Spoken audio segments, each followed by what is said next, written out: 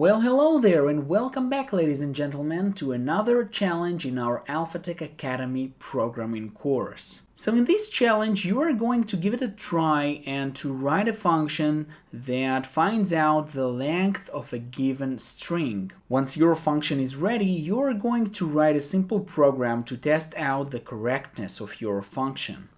So basically this challenge involves two tasks. The first task is to write a function that takes a string as a parameter.